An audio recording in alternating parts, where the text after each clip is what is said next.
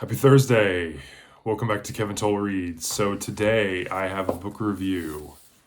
Harry Potter and the Goblet of Fire, book number 4 in the Harry Potter series. This book was published in 2000. Summary of this book is we get to start off the book with a bang. We get to see Lord Voldemort, Wormtail.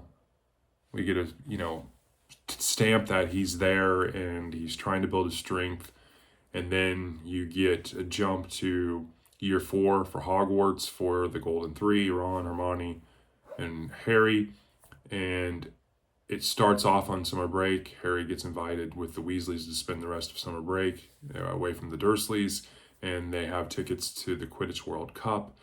What should be kind of a fun summer break ends up turning into the Death Eaters showing up, the Dark Mark being cast, a lot of mystery, is Voldemort returned, that kind of thing. And then they go right into schooling and they find out that there's not going to be a Quidditch tournament this year. They're having the Tri-Wizards Cup.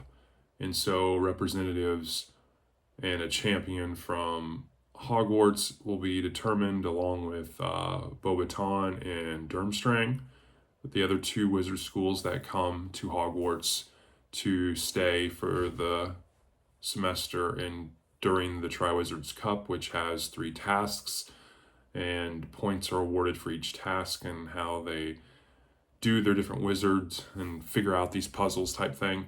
And so, obviously, Cedric is one of the ones that is chosen to represent Hogwarts, but somehow a 4th champion and a 2nd champion of Hogwarts is announced, and of course it's Harry Potter. And so Harry's dealing once again with being ridiculed. You have the Golden Three and their animosity and their growth as characters here, which is really good plot threads. Plus you have this journalist, Rita, who's writing these articles and creating this drama. And there's all the while you're dealing with, Harry trying to stay out of the limelight, stay away from some of the people that want to do him harm. And he's corresponding with his godfather, Sirius Black, and there's just so many plot threads in this thing. So let's talk about what I enjoyed. I'm gonna try to stay away from spoilers here. So I really enjoyed the book, and we'll get into that. But I really enjoyed Hagrid. We got to see Hagrid again. His character is really, really good.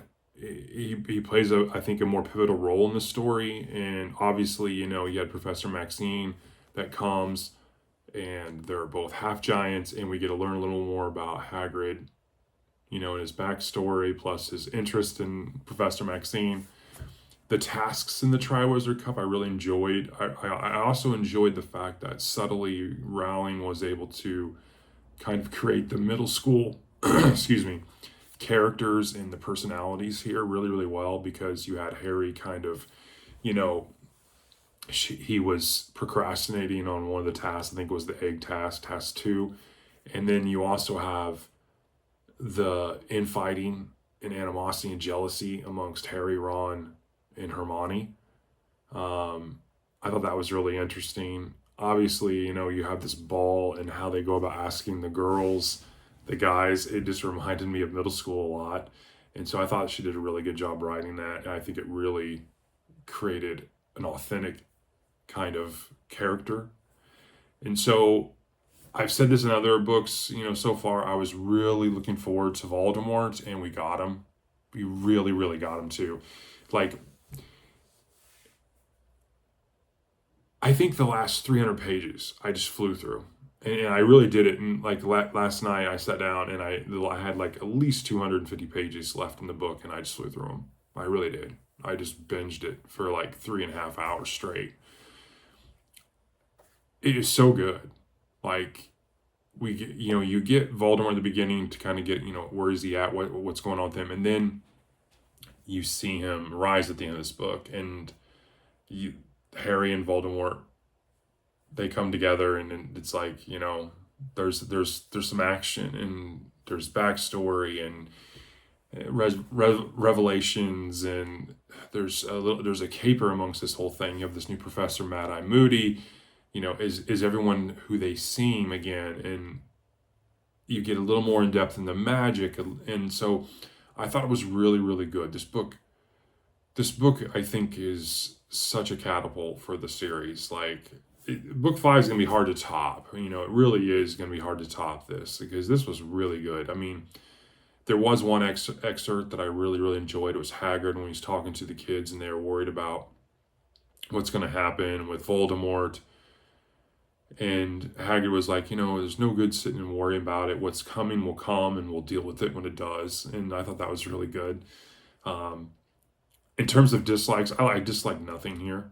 I thought it was all really, really good.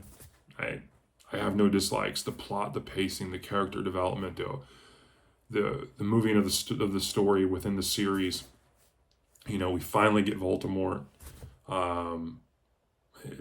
You get to know who's on the dark, who's on the dark side. It's great.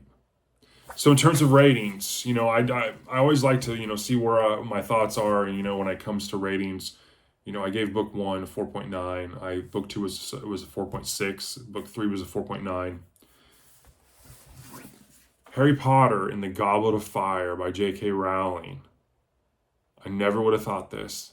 My first 5-star review on the channel. My first 5-star review is Harry Potter and the Goblet of Fire. It is such a good book. Like I told my wife last night, I'm like, I had like 125 pages. I'm like, if she can stick to landing, like this might be like that good. Like, and I wasn't disappointed. I mean, it's that good. It really is. It really, really is. Like, I'm blown away. I really am. So that's my review. I'm not gonna, beat around the bush or sit here and